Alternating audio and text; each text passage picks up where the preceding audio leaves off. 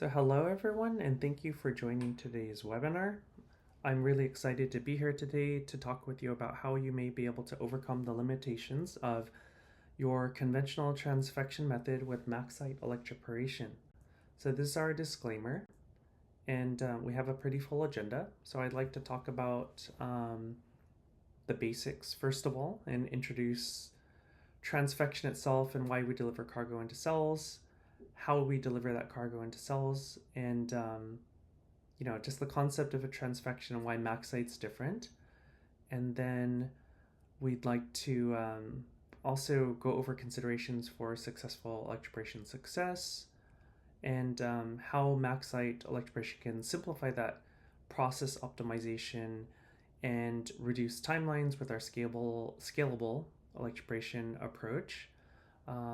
And then also introduce different ways that you can stably express a gene of interest. And then finally, a case study with CAR T cell manufacturing by DNA transposons by a customer of ours in Japan.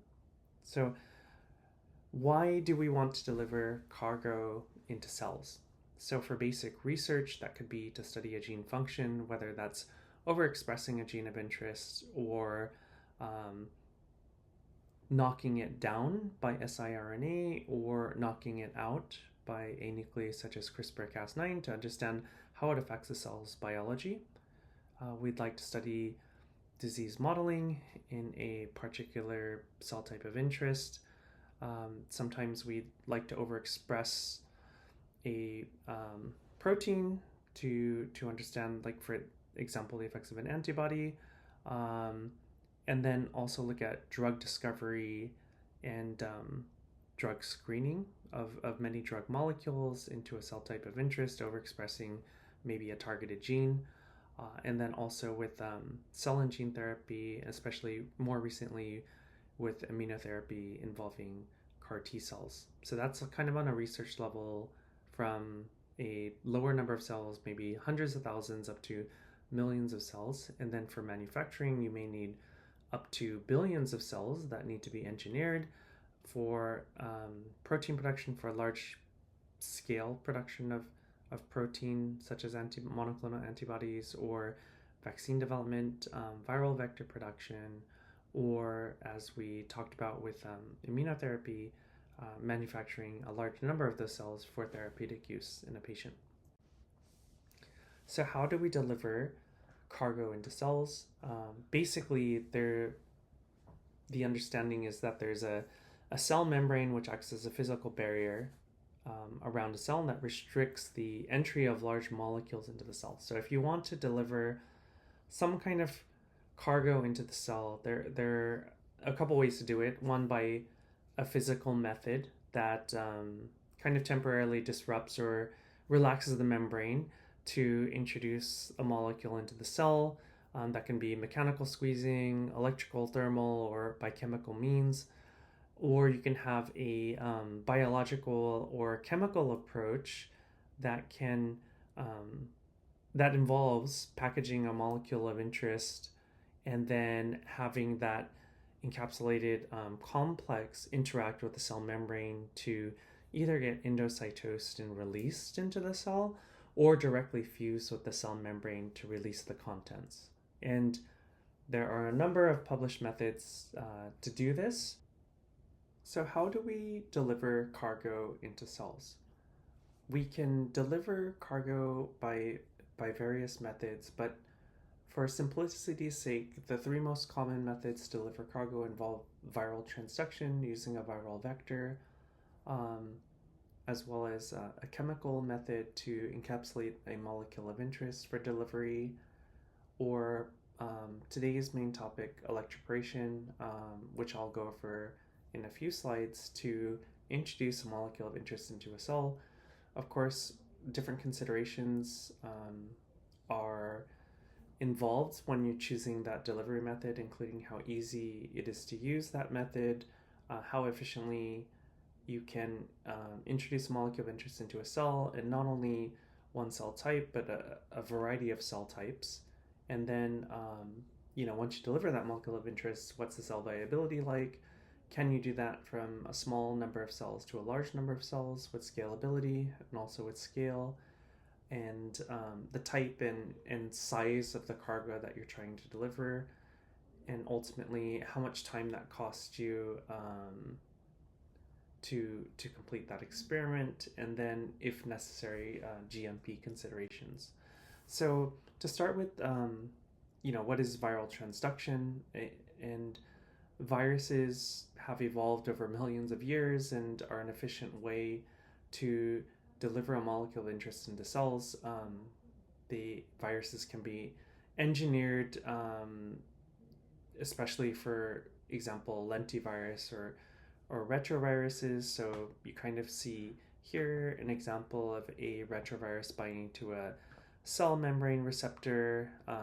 In this case, the virus is fused with cell membrane, releases its contents, which is a single-stranded RNA, genomic RNA, which gets reverse transcribed into double-stranded DNA and non-specifically integrated at the genome, where it's transcribed and then translated into into protein. So this can be a highly efficient method. There are various vectors that can be used. There could be challenges with transfection efficiency, depending if it's an arresting or non-dividing cell or a particularly difficult to transduce cell type of interest. There are certain challenges such as immunogenic potential, the risk of insertional mutagenicity. At large scale, you could have high production costs, which include a lengthy production time, especially for GMP virus, and there could be an increased safety risk when handling them, as well as certain batch-to-batch variation and cargo size limitations. So in terms of transfection and what is the definition of it, transfection is used to introduce a foreign molecule or material into cells, and traditionally transfection was used to deliver nucleic acid cargo like DNA or RNA, and there's but the range of cargo types has drastically expanded. Transfection modifies gene expression either transiently, which is for a short amount of time, or stably over a long period of time, permanently. And the different types of molecules that can be used to express a gene of interest include not only plasmid DNAs, which what most researchers are used to using, but other types of DNA cargo such as linear double-stranded DNA, single-stranded DNA. For transient delivery, you can have mRNA, or oftentimes for transient inhibition of gene of interest, you can look at antisense oligos, small RNAs. For permanent genomic DNA knockout, you can look at CRISPR RNPs, recombinant proteins such as labeled antibodies for intracellular labeling, or we also have researchers using our platform to deliver tumor cell lysates into like dendritic cells, for example. So with chemical transfection being a means for delivery, this one's pretty common in terms of how cheap and readily available it can be used. It's pretty efficient in common cell types like HEC, but there could be low efficiency in difficult to transfect cells, especially primary and suspension cells, and it's not necessarily easy to optimize. There are certain cargo types of limitations to the charge of the molecule. When the molecule enters the cell, there could be potentially a time lag between entry and expression. You do have variation between experiment to experiment, and the chemical compound itself could impact the membrane composition, as well as the chemical reagent possibly not being amenable to GMP. So electroporation, on the other hand, is a process where an electric current is, or electric field is applied between two metal plates, which temporarily introduces a so-called pore in the membrane that's reversible, where the membrane can open up temporarily to allow a molecule of interest in, and then the membrane can reseal. So when you do this kind of with a large number of cells, you can see here in a conventional type of electroporation cuvette, you have your two metal plates, the cathode and the anode, and electric current being run between the plates, which when a lot of cells are in between introduces these temporary pores into a large number of cells, which can introduce a molecule of interest. So it can be a pretty highly efficient method for delivering a variety of different types of cargo into a cell. It's pretty simple to perform once the process has been optimized, but there are certain challenges that can involve the electroporation parameters themselves, such as the field strength, which involves the voltage delivered, as well as the pulse number and type of pattern used, and the duration of the electric current. So this in itself could be a little bit challenging if you're starting from scratch and you have to, evaluate 50 different conditions, for example. The buffer composition could affect electroporation efficiency, as well as the type of cuvette material, which is these electrodes here. We've seen publications where aluminum, for example, can create toxic ions, which can precipitate DNA, induce apoptosis, for example, and then which ultimately affects the cell viability and the efficiency. And it ultimately, like, these types of cuvettes could have limited scale, and so that scalability aspect, going from a small number of scales to a large number of scales, could be compromised, and this process might not be GMP compatible either. So with MaxCyte electroporation, and what's different about it is, and you can see our three instruments here, our ATX, STX, and GTX. The ATX is used for basic research, which can electroporate from 100,000 cells all the way to 700 million cells in this this area here, which can utilize different types of our cuvette types, which we call processing assemblies, I'll go over later, or our STX for bioproduction, or our GTX, which is our GMP manufacturing instrument. And you'll notice that the difference between the STX and GTX and the ATX is this peristaltic pump, which can allow for flow electroporation. So what's different about MaxCyte is that we have one gentle electroporation buffer. We have proprietary processing assemblies, otherwise known as cuvettes, which are designed to allow for scalable transfection. They have non-toxic electrodes in the cuvettes, which have minimal effects on cell viability, and we have pre-optimized electroporation protocols to enable faster optimization and basically improve timelines to get your results faster. So the scale that cells can be electroporated at, as I mentioned, with the ATX, you can go from 100,000 cells. That's the same with STX and GTX. But with the STX and GTX, you can actually go up to 20 billion cells maximum for cell engineering. So you can have seamless scalability from that small scale to large scale. Also, we have technical and regulatory support, as well as that CGMP compliance. And then in terms of preloaded electroporation protocols, we have a number, over 100 preloaded protocols for a variety of cell types, including immortalized mammalian cells, cancer cell lines, primary hematopoietic cells, including HSCs, T cells, NK cells, and monocytes, as well as stem cells such as iPSCs and MSCs, and then primary cells that are difficult to transfect, like keratinocytes, and insect cells too, for protein production. If your cell type of interest is not on this list, we also have 10 general optimization protocols that you can use for optimizing electroporation into your cell type of interest. And this is just an example of different cell types that can be transfected with over 90% efficiency, including common cell types like CHO, K562, and Vero,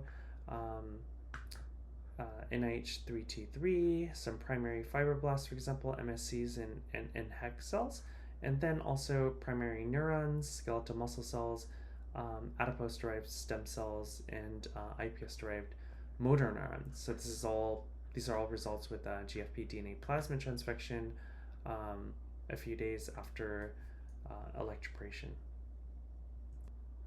So another differentiating feature about MaxCyte is our processing assemblies. So you'll notice that we have a number of cuvette types from small scale, from 15 to 25 microliters, all the way to 100 milliliters. So in terms of cell number, that is from as low as 100,000 cells or 75,000 cells, all the way up to 20 billion cells, depending on the cell density that you electroporate.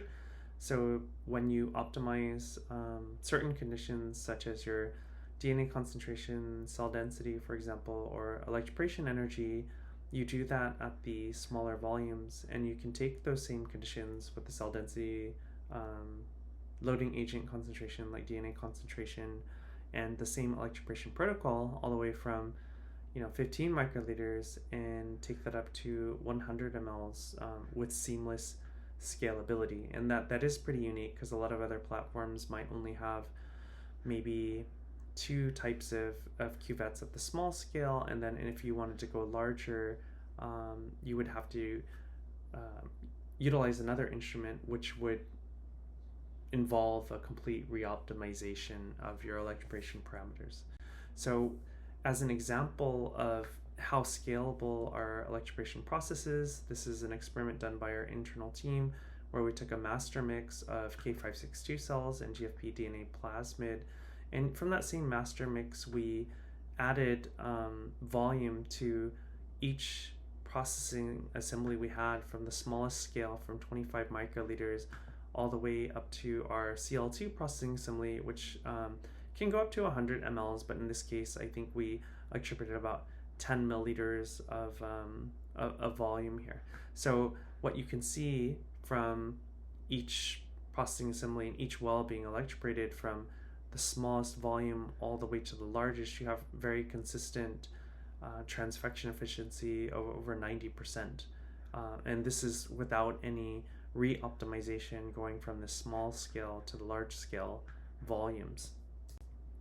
And to give you an example of how our flow electroporation process works, cells with loading agent are loaded into a sample bag. This peristaltic pump drives a defined volume of liquid into an electroporation chamber. The cells are then electroporated and then flowed out into a collection bag. And the process is pretty rapid, where you can electroporate 100 milliliters of cells, or 20 billion cells in cell number, in less than 15 minutes. This process itself is pretty rapid with minimal impact on cell viability.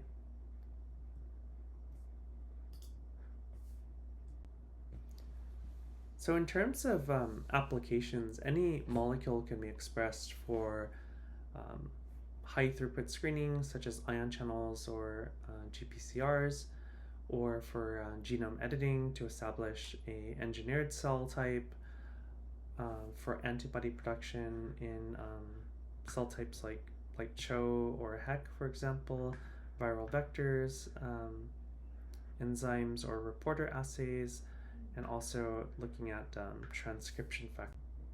What are considerations for successful electroporation?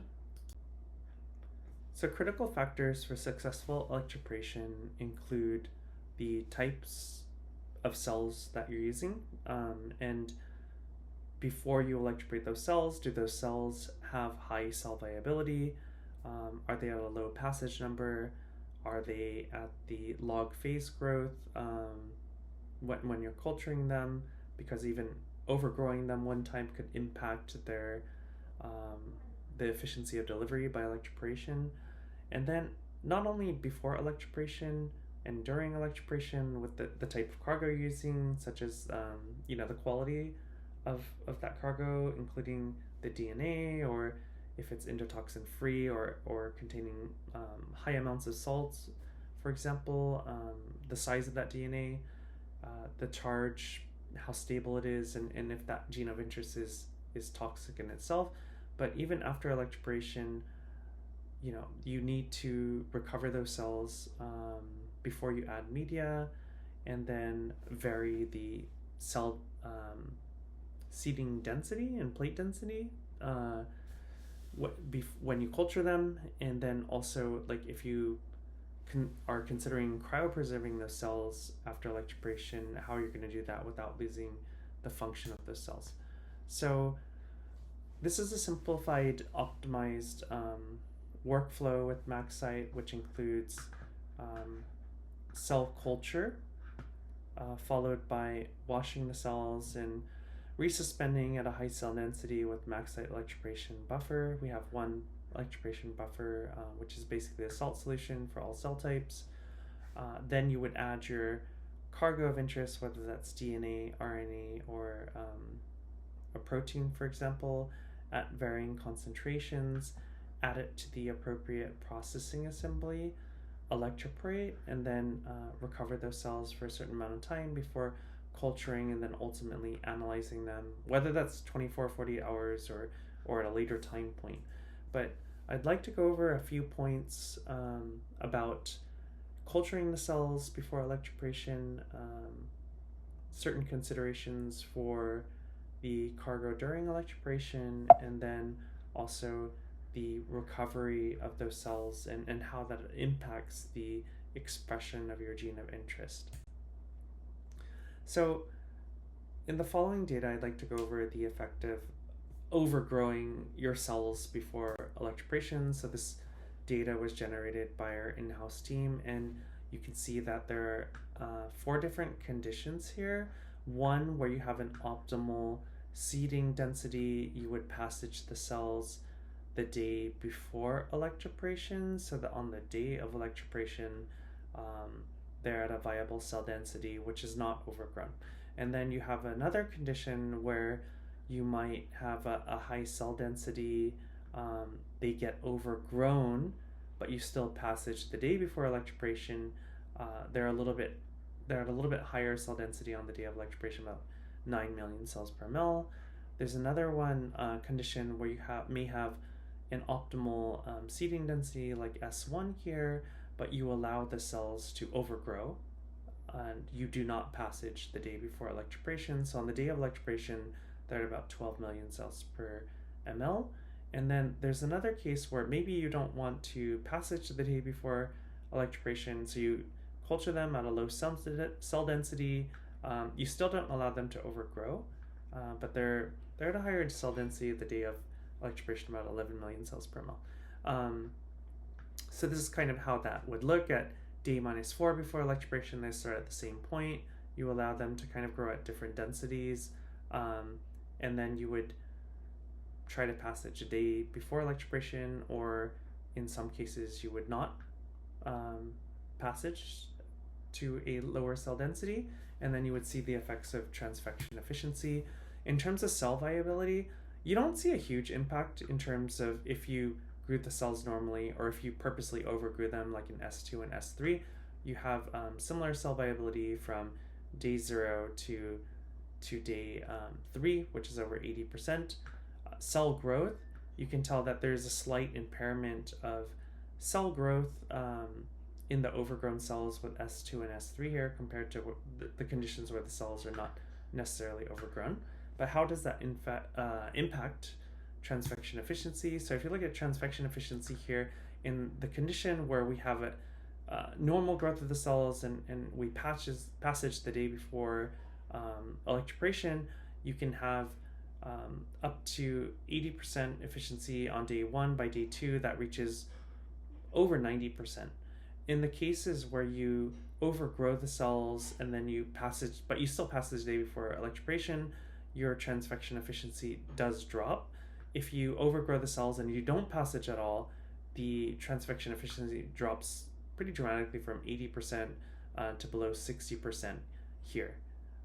In the case where you don't overgrow the cells but you don't passage, The cells look pretty similar to the case where you passage the day before electroporation, but it does look like the mean fluorescence intensity is impacted. So this is why it's pretty critical when you're culturing your cells before electroporation. Make sure they're in optimal condition before transfection to get the highest transfection efficiency results.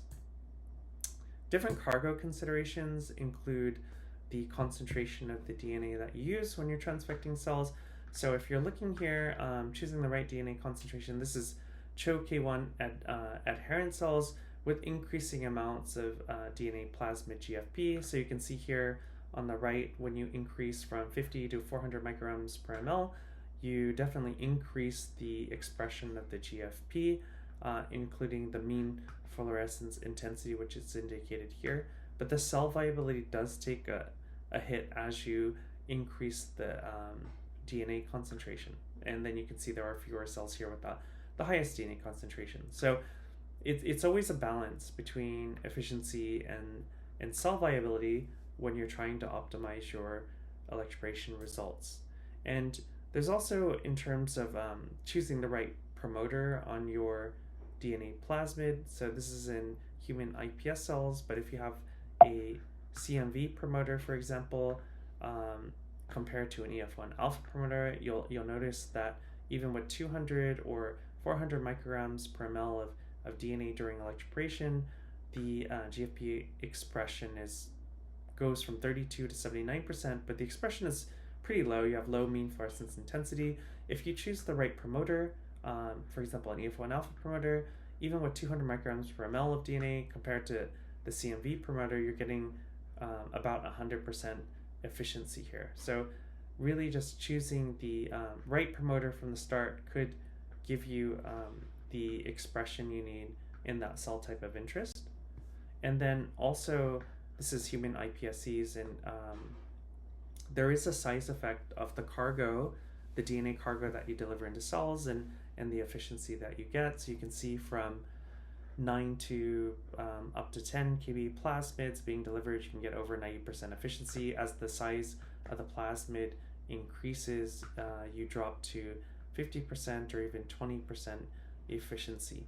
So it's pretty challenging if you're trying to deliver a 16 kb or 30 kb plasmid and you're expecting 80% efficiency. I think it's more realistic to try to minimize that DNA plasmid size to get higher efficiency into your cell type of interest. And then also, there are certain cell types. So this is gamma delta T cells, and this is from the National Cancer Center in Japan, where they were delivering mRNA GFP or DNA GFP plasmid into these cells. And you can see with mRNA GFP that you could get close to 100%. With the GFP DNA plasmid, you got about 60% expression with the highest amount of DNA. However, you can see with the highest amount of DNA, those cells definitely took a hit in cell viability before they ultimately recovered by 96 hours, compared to mRNA, which was pretty consistently above 80% after electroporation and through 96 hours. However, in terms of cell expansion, you can see with mRNA, the cells expanded somewhat closely to the electroporation only samples, whereas with DNA plasmid, those cells did not really bounce back and expand well. So DNA cytotoxicity could be an issue depending on the cell type of interest that you choose to engineer your cells. So I'd like to go over the effect of recovery on transfection efficiency and viability in HeLa cells. So our in-house team conducted experiments which looked at HeLa cells that were electroporated without any DNA or with DNA cargo, and then after electroporation, they tested whether recovering those cells for 20 minutes before adding media or not recovering those cells, just putting the cells straight into media, made a difference on the expression of the gene of interest and the cell viability. And what you can see is that basically without resting after electroporation, the GFP expression is significantly lower compared to if you rest the cells after electroporation. So you can see from 50% up to over 80%. And that was reflected in the mean fluorescence intensity as well. The cell viability did look lower when you did not recover versus when you recovered with the cells. So this data demonstrates that recovery of the cells after electroporation is critical before you start culturing them. And then in terms of setting experimental goals when you're doing experiments, important considerations include how long your workflow is going to take. Like if you have a 2 or 3 week process, could you simplify that? Are you using the right engineering approach? Could you have an alternative approach that could save you time? Maybe something that you didn't consider before. Do you really need long-term constitutive expression, or can you save time with transient expression instead of creating a stable cell line, which might take weeks or months, for example? And then also, what are critical quality attributes of your transfected cells afterwards? So this is an example of just shortening timelines with electroporation versus an inefficient transfection method. So we've had customers who have used the transfection method, which results in a low transfection efficiency, which causes the researcher to have to enrich or select the cells, and that enrichment selection stressed the cells, which resulted in a long recovery period.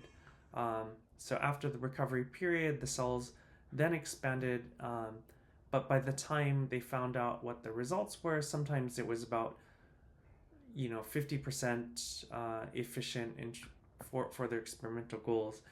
If you use a viral transduction method, there's always the time it takes to actually produce the virus. You need to titrate the virus to look at the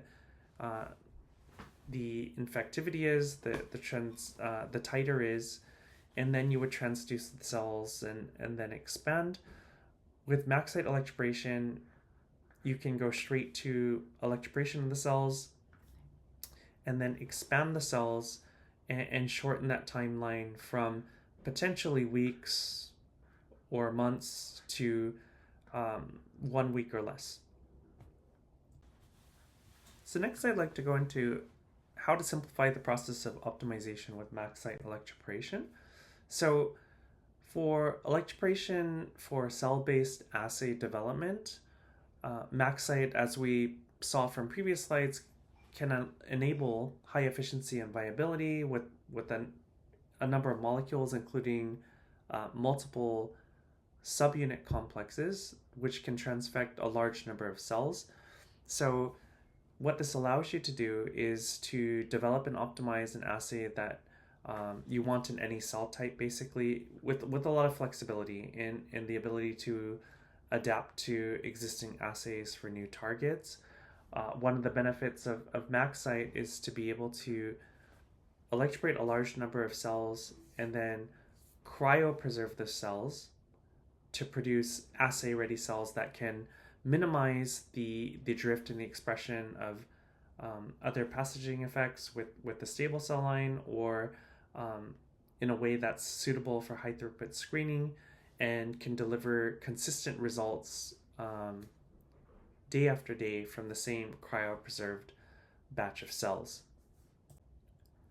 So this is an example of a multi-subunit ion channel being expressed in CHO K1 cells. So you can see 4 plasmids being simultaneously co-transfected, and the transfected cells give a signal here, whereas the transfected cells plus an antagonist have suppressed activity.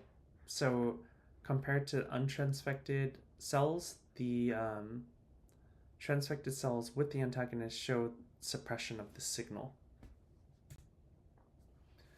Also, you can see that varying the DNA concentration can fine-tune the sensitivity. So these are U2OS cells that were co-transfected with the nuclear hormone receptor and reporter plasmids. The cells were treated with a receptor agonist, and then luciferase expression was assayed 24 hours after electroporation. So looking at the DNA concentration during transfection, you can see that the response to the agonist is pretty low. But if you increase the amount of DNA that you transfect the cells with, you can increase the luciferase reporter in these cells. Also, in addition to varying the DNA concentration, as we saw on the last slide, changing the cell plating density, so changing from 5,000 to 100,000 cells per well, and these are HEC293 cells that were transfected with an NF-kappa B expression plasmid and a luciferase reporter plasmid. These cells were treated with TNF-alpha for 6 hours after electroporation, and then luciferase activity was measured.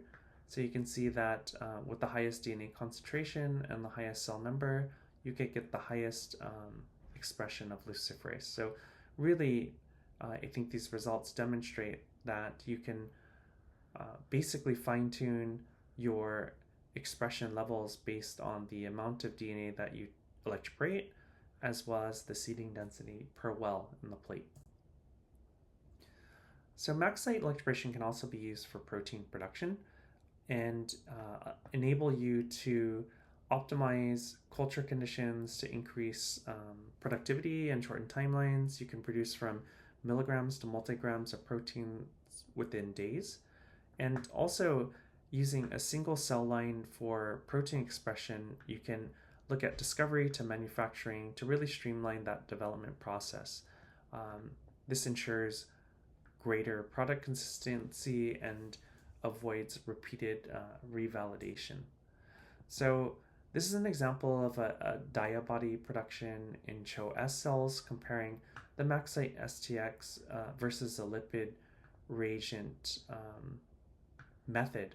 And you can see that basically the yields of the purified protein with MaxCyte is significantly higher, over 20 times more than the lipid reagent.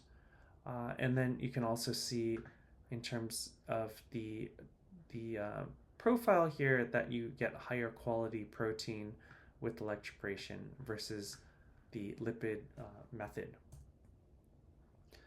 There are other ways that you can utilize the high number of cells that you can electroporate with MaxCyte. So if you can electroporate up to 20 billion cells in a single reaction or a single processing assembly here, and then from one electroporation reaction, you can actually split the cells into over 14 conditions where you can evaluate the effects of different media on protein production. So in this experiment, our team looked at 14 different media compositions over a 12-day course to look at antibody production in CHO cells. And after 12 days, you can see that media composition 14 dramatically increased protein production from 100 mg per liter to nearly 700 mg per liter. So having that ability to have one batch of electroporated cells and split them into different conditions to evaluate different media strategies can allow you to optimize your workflows better. Also, to express gram levels of protein in days by transient gene expression, you can optimize at the small scale electroporation in 20 mLs, and then you can take that same process and scale up to 2.8 liters. So you can see here from a 20 milliliter production run, you can get up to 21 mg of protein within 12 days, which corresponds here to roughly about 1 gram per liter. And then if you go to the large scale antibody production at a 2.0 liter production scale, you can get up to 3.5 grams of protein after 12 days, which would basically correspond to this point here. So really, when you optimize at the small scale, you can get comparable, if not better, results when you're going to a larger scale manufacturing run. Next, I'd like to talk about MaxCyte scalable electroporation and how it can reduce timelines. I talked about assay-ready cell types a little bit earlier, and I'd like to go into a little bit more detail about them now. Assay-ready cells are cryopreserved at the desired cell number, plate, tube format, or concentration that you need them at. Usually when they're cryopreserved, after thawing, they can be ready to use within 24 hours after thawing. It can be a convenient and time-saving tool for assay development and screening. It's used to eliminate some potential sources of assay variability, and they can be made with either with already existing stable cell lines or with transiently transfected cells. And they are available off the shelf for a number of certain targets and cell types. So for rapid assay optimization, there are different ways that you can carry this out. One way would be to plate the cells after electroporation without freezing and then assay the cells at 2 or 3 time points after transfection. You can also immediately freeze after electroporation. You can incubate the cells in medium for 1 to 2 hours before freezing, or you can even plate the cells for up to 48 hours before freezing them. And this is an example of electroporated cells that can be cryopreserved without losing function. This is a reporter assay and in cat cells. So you're looking at freshly electroporated cells treated with a chemical compound, which basically inhibits the relative light units of this luciferase reporter assay. If you look at the activity of the cryopreserved cells, you can see that both have similar IC50 values of 1.3 and 1.4, meaning that if you were to assay fresh cells versus cryopreserved cells, you would get the same results. And there are a number of publications available from case studies from AstraZeneca, Northwestern University, and more at MaxCyte.com. You can look at different examples of a ubiquitin ligase drug discovery, high throughput screening of ion channel variants, and also SARS-CoV-2 drug discovery if you're interested in learning more. So next I'd like to go into approaches for stable expression in cells. One of the ways that you can stably express a molecule of interest is through random integration into a cell type. So this is an example of CHO cells which have been electroporated and then selected with an antibiotic selection. So you can see that there are 2 methods here being used to transfect the cells, either with MaxCyte electroporation or from chemical transfection. So these are stable bulk pools that have been selected with an antibiotic selection, and you can see that the electroporated cells bounce back and recover faster after selection versus the chemical transfection method, meaning that electroporation enables higher transfection efficiency and for the cells to establish the a higher number of stable cells that can recover faster. And the next example I'd like to give is a transposon-based gene delivery approach in K562 cells with a DNA transposon. So normally you need a DNA transposase to allow for stable integration or transposition of your transposon into cells. And in this case, there was no transposase added. So you're looking at different concentrations of the DNA transposon from 50 micrograms per ml up to 300 micrograms per ml. And what you can see is that with the higher DNA transposon amount that you're transfecting, you're getting a higher expression. And you can see that from day 1 all the way to day 6, you're getting more expression here, but because it's transient without the transposase, by day 10, day 13, you don't have expression of your gene of interest anymore because it gets diluted out. However, with the DNA transposase, what you're seeing is that you have the same increased amount of the DNA transposon, But across the top here, you're seeing increasing amounts of the mRNA transposase from 0 microns per ml all the way to 200 microns per ml. So really what you can see is as you increase the amount of transposase and the amount of DNA transposon, you're getting stable integration of that DNA transposon even 17 days after electroporation. So from this slide, you can tell that from a matrix of transposon versus transposase, you can really kind of look at the optimal DNA and mRNA transposase concentration to give you the expression that you need in your cell type of interest. And then in terms of the copy number of that DNA transposon, this is a quantification by digital PCR. And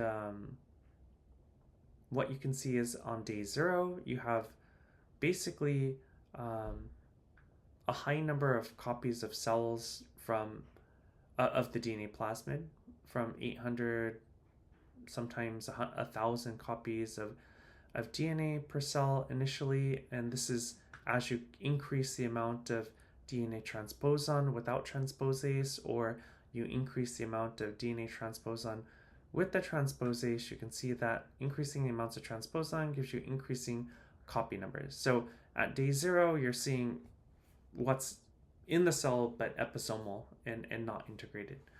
If you look at day 17, however, and you look at the number of GFP gene copies in the cell with the DNA transposon, you don't see any copy number without the transposase. However, with the transposon, as you increase the amount of transposon from 50 up to 300, you can get over 17 copies per cell. If you wanted to reduce that copy number, and this is below 5 copy numbers, by reducing the amount of DNA transposon, you can also reduce that copy number. And another approach that researchers take for stable integration of DNA is through CRISPR-Cas9 mediated knock-in into a specific site into the genome. So this is just an example of researchers using CRISPR-Cas9 with a homology-directed repair template. This is a unique one, which is single-stranded DNA flanked by these Cas9 targeting sequences here, where Cas9 ribonucleoprotein complexes would bind to it and help to transport the DNA template into the nucleus, where it's available for homology-directed repair. So this is a case of CAR T-cell manufacturing where researchers at UCSF wanted to knock in CAR into the track locus of T cells. So to this end, they used actually small molecule inhibitors to enhance the knock-in efficiency of this CAR molecule into the track locus, where you can see without any inhibitors added, they can get 46% knock-in efficiency of their CAR molecule. And then if they added these HCR enhancers, they can get as high as 60% knock-in efficiency. So lastly, I'd like to go over an academic CAR T-cell manufacturing process with piggyback DNA transposons. This is from our customer at Shinchi University, who was previously at Kyoto Prefectural University of Medicine, Dr. Shigeki Yagyu. So at this time, Dr. Yagyu was at Kyoto Prefectural University of Medicine, and he was developing a piggyback transposon approach for his CAR T cells, which would have a non-exhaustive memory T cell phenotype and sustained anti-tumor activity. So he was trying to develop a CAR T cell manufacturing approach to treat rhabdomyosarcoma and pediatric tumors. This approach was non-viral, which would potentially be faster, more affordable, and potentially more functional, according to him, than viral transduced CAR T cells. And he was using the piggyback DNA transposon system to manufacture a Ephrin type B receptor 4 CAR T cell to show in vitro and in vivo activity. And during early optimization, he was able to show that, optimizing with a GFP DNA plasmid initially, the higher amount of DNA he used, he got higher GFP expression, of course, from 40 to about 70%, but the viability did drop. So in order to improve cell viability and actually efficiency, he was looking at increasing the cell density during electroporation up to 800 million cells per mil from 100 million cells per mil. And he did see increased cell viability in terms of the CAR T cell positivity. He did see an increase from 36 to about 51% of his CAR molecule, which also helps conserve resources such as the amount of DNA plasmid he used during electroporation. This was his CAR T cell manufacturing approach, where he would take autologous PBMCs with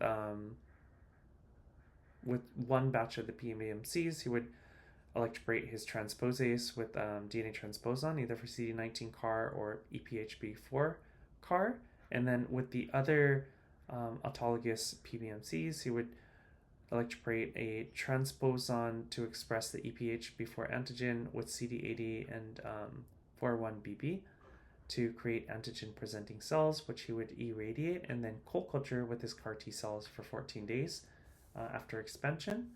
And after this process, with two different types of CAR T cells, anti-CD19 CAR T and anti-EPHB4 CAR T, he was able to get 50% and 90% CAR T cells respectively.